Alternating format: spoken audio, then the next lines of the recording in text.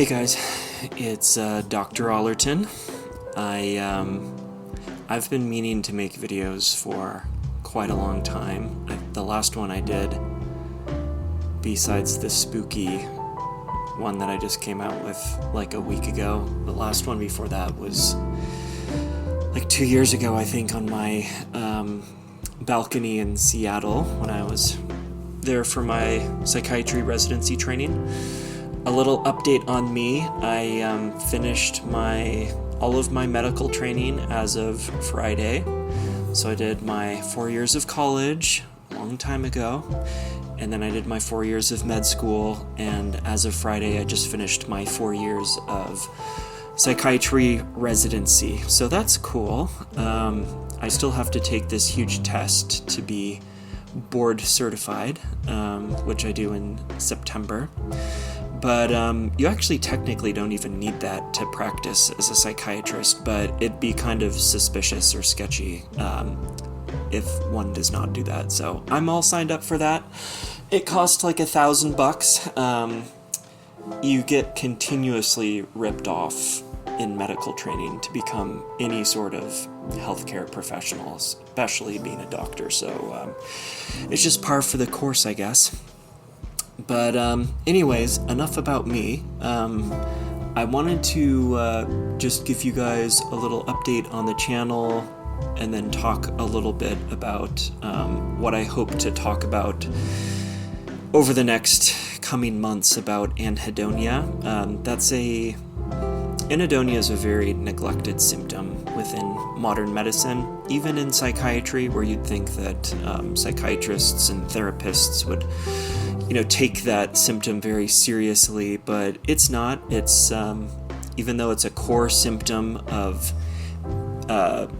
some mental disorders like major depressive disorder, it's rarely studied or talked about with patients as like its own thing. And some people have anhedonia that don't even meet criteria for, any specific psychiatric illness. So, I came out with that anhedonia video 2 years ago. I wanted to talk a little bit more about that today, with the understanding that I plan on making a whole video series exploring all of these topics that I'm going to summarize today. I also plan on making my videos a lot higher quality. This is, I was really hoping to come back with a bang. Have a nice camera, nice background, a nice microphone. Right now it's literally just me on my computer with a little snowball mic again. Hello.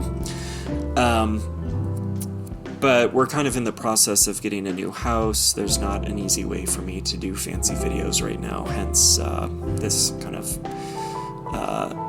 simplistic setup. But anyways, without further ado, I wanted to talk about 10 causes or contributors to anhedonia, more as a bird's eye view. I'll make videos on multiple videos on all of these points and blog posts and all of that, and I'd like to make a podcast as well. But all right, let's just get into it.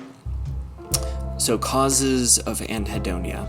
Understand that studies of anhedonia are pretty slim compared to other mental health topics, so we're doing the best we can with the literature that I have available to me. But let's just quickly go over a list that I've compiled of, evidence-based contributors to anhedonia. Number 1 is poor sleep. Number 2 is chronic stress. Number 3 is chronic drug use, and by drugs I mean not like a prescription pill per se, but any illicit drug or any drug or supplement really that can immediately boost your mood, give you a buzz, get you high, cause euphoria, things like that. Number 4 is potentially insulin resistance, which is kind of a new one. I had to kind of dig deep to learn about that connection. Number 5 is brain inflammation, another huge topic that I'm very interested in.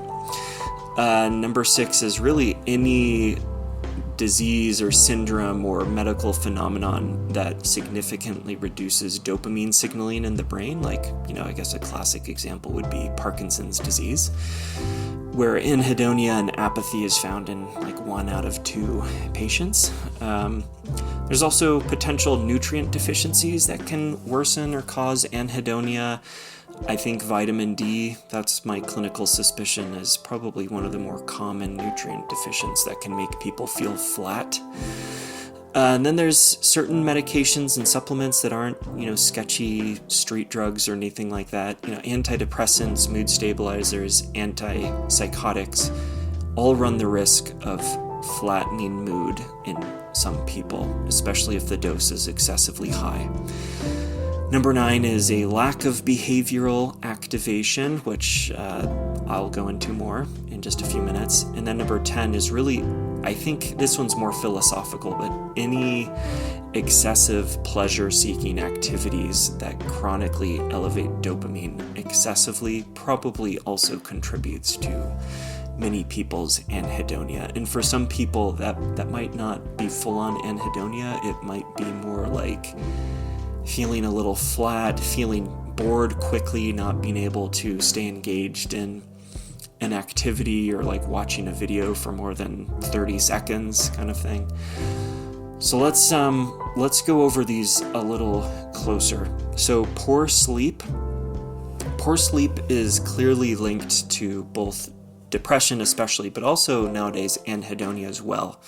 There was a fairly recent study about 2 years ago that reviewed symptoms of 350,000 adolescents globally, and there was a clear relationship between poor quality sleep and anhedonia.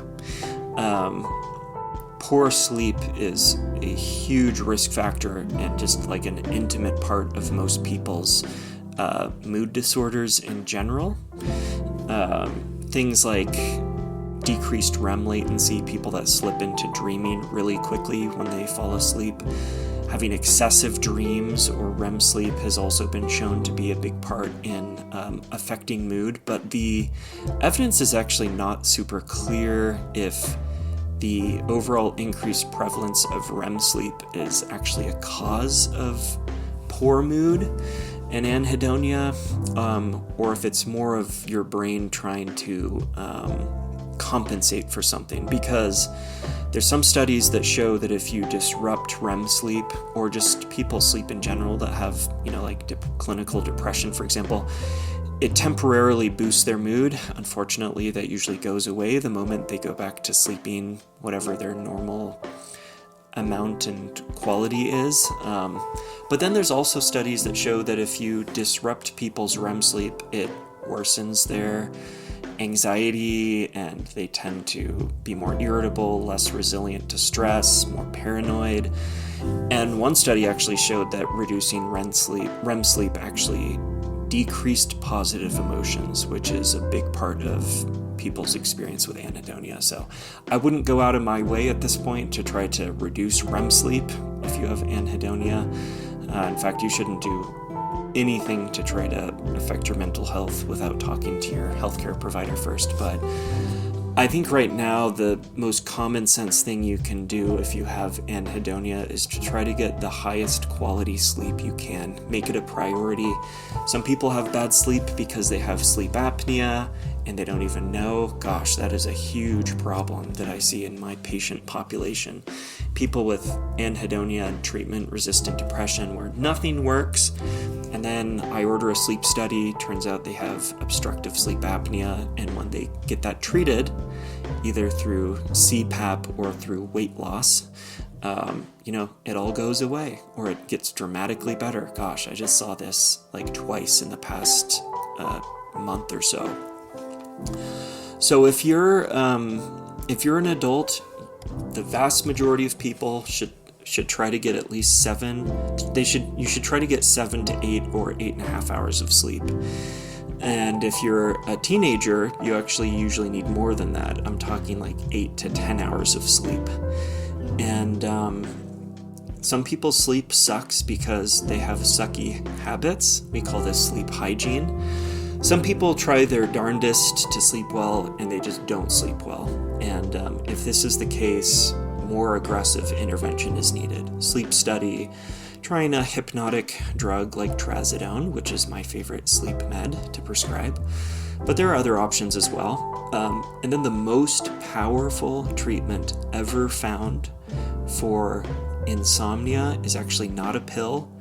It is a therapy called CBTI, or cognitive behavioral therapy for insomnia. And within the CBTI model, I think there's good evidence that there's a specific component that is most likely to resolve insomnia and improve the quality and quantity of sleep, which is called sleep restriction, which I'll go into in another time. All right, number 2 is chronic stress.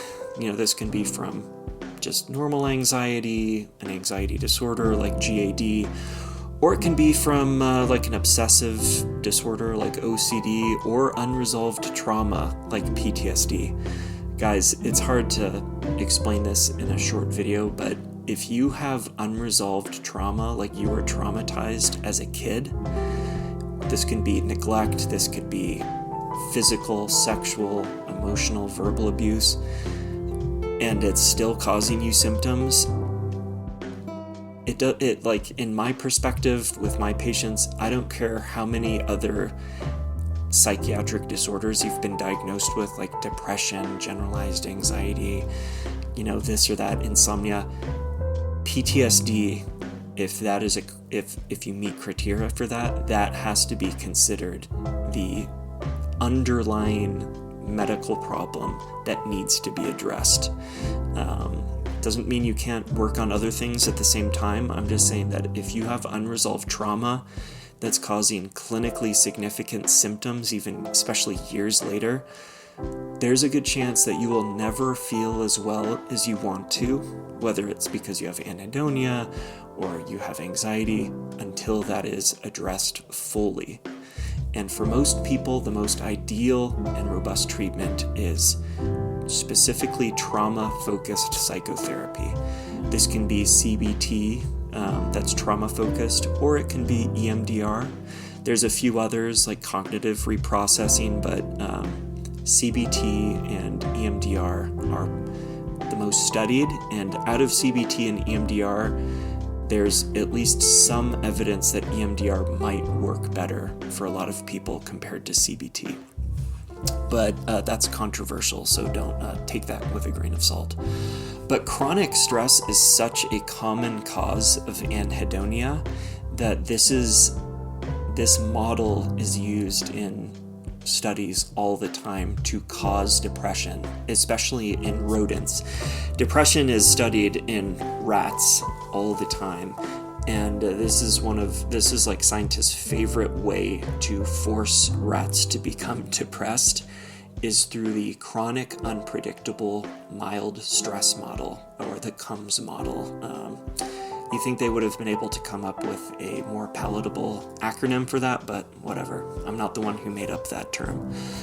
But in these studies, if you stress out rats, even if it's mild, as long as it's chronic, and especially if it's unpredictable, rats become anhedonic. And this is measured by the sucrose preference test. See, usually rats, just like humans, love sugar, right? Sugar water. And if you stress out a rat long enough, they lose interest in drinking sugar water. And this is a surrogate that's used in science to test for anhedonia in rats, since rats can't actually tell us if they're feeling emotionally numb. But there's good evidence that if you get stressed out long enough, it blunts the reward circuitry in your brain. So if someone is constantly stressed, they have unresolved PTSD, things like that, and you're feeling numb and you're anhedonic, there's a very good chance that your anxiety or chronic stress or unresolved trauma is playing a huge role in the emotional numbness that you feel. And there's a good chance it will never get better, or at least not get as better as you would like, unless the chronic stress or trauma is resolved. All right, number 3, drug use. As I said earlier, when I say drugs, I'm not talking about literally any drugs. I'm talking about drugs in the colloquial sense, things like cocaine, heroin, fentanyl, meth, and I'm including things that have become more socially acceptable as well that can clearly cause anhedonia. I'm talking about chronic cannabis use. Yeah, cannabis helps a lot of people with a lot of things, but THC, if you use that chronically, it will fry your dopamine receptors, especially if you smoked a lot of it when you were a teenager. And if you're feeling numb and you're using a lot of weed, there's a good chance that your anhedonia will probably never resolve if you keep pounding your dopamine receptors with dopaminergic stuff like cannabis or other euphorogenic substances. This is probably also true for, other socially acceptable things like vaping and smoking. Anything that immediately boosts your mood probably can contribute to anhedonia. Overall, anhedonia is very, very strongly related to dopamine.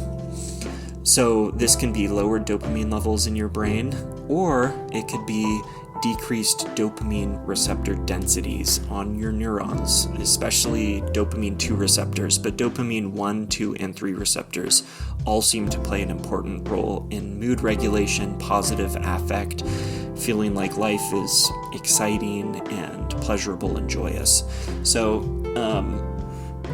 if someone has anhedonia, one of the most important things they can do is try to get off of whatever drug they're using frequently that does, or at least used to, immediately boost your mood.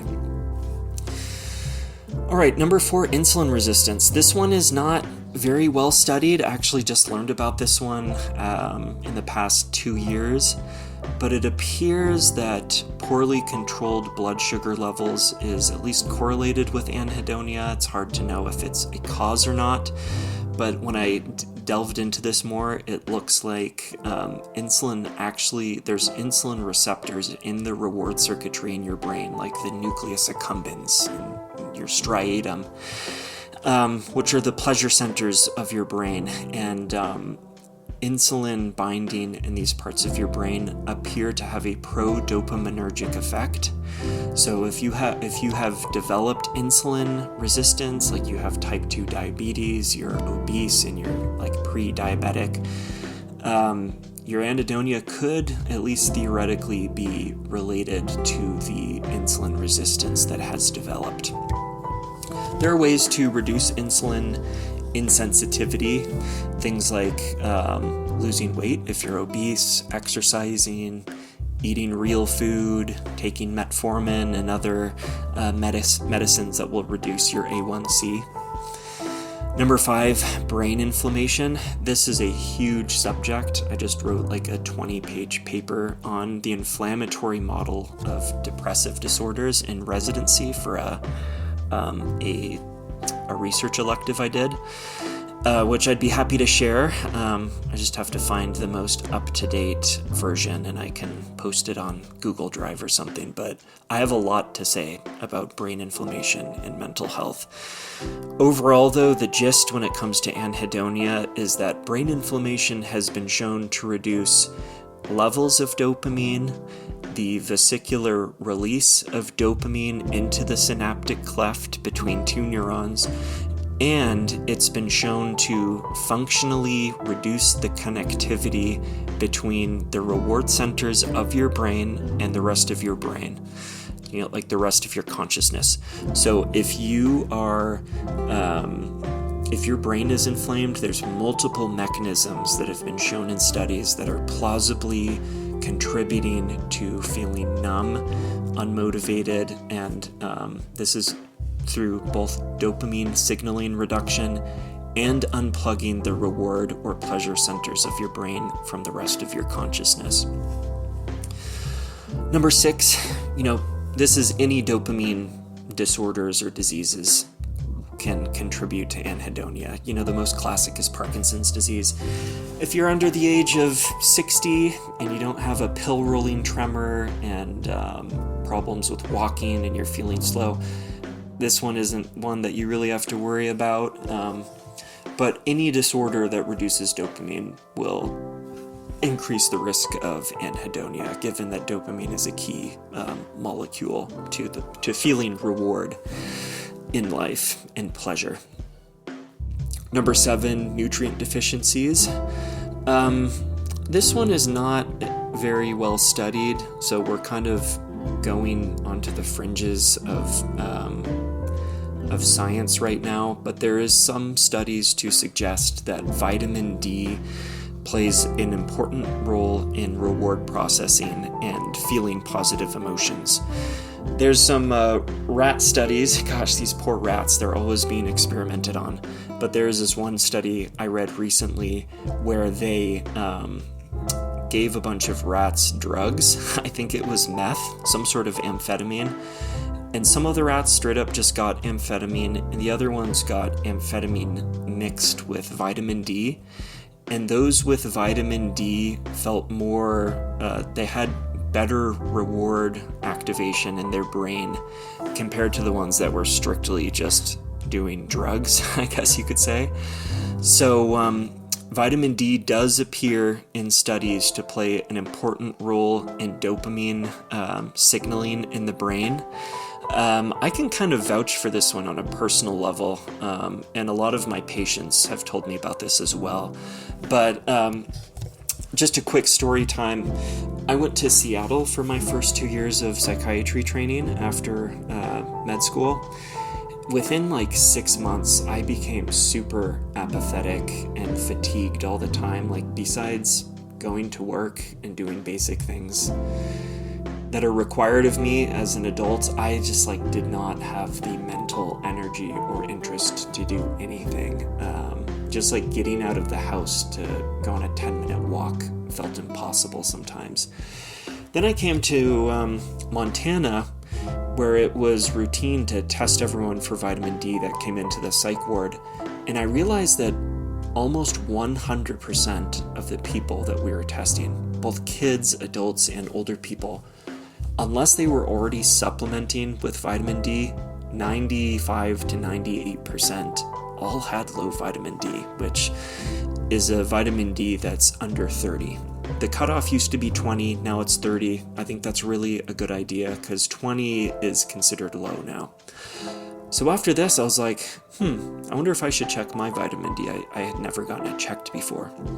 I checked it and it was 20, which is right on the border of what used to be considered normal. But I was like, let's replenish this. Let's try to get it up to 30.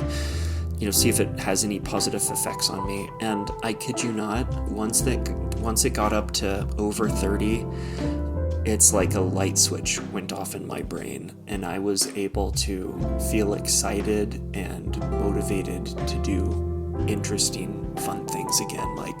My interest in hobbies returned. I had tons of energy to exercise and do this and that, do stuff outside of work. So for me personally, as just a personal anecdote, vitamin D was a huge game changer for me, and it did make me feel less emotionally numb. All right, and then number 8, certain prescription medications. So antidepressants, mood stabilizers, and antipsychotics, most of these within each of these classes can cause emotional blunting and anhedonia.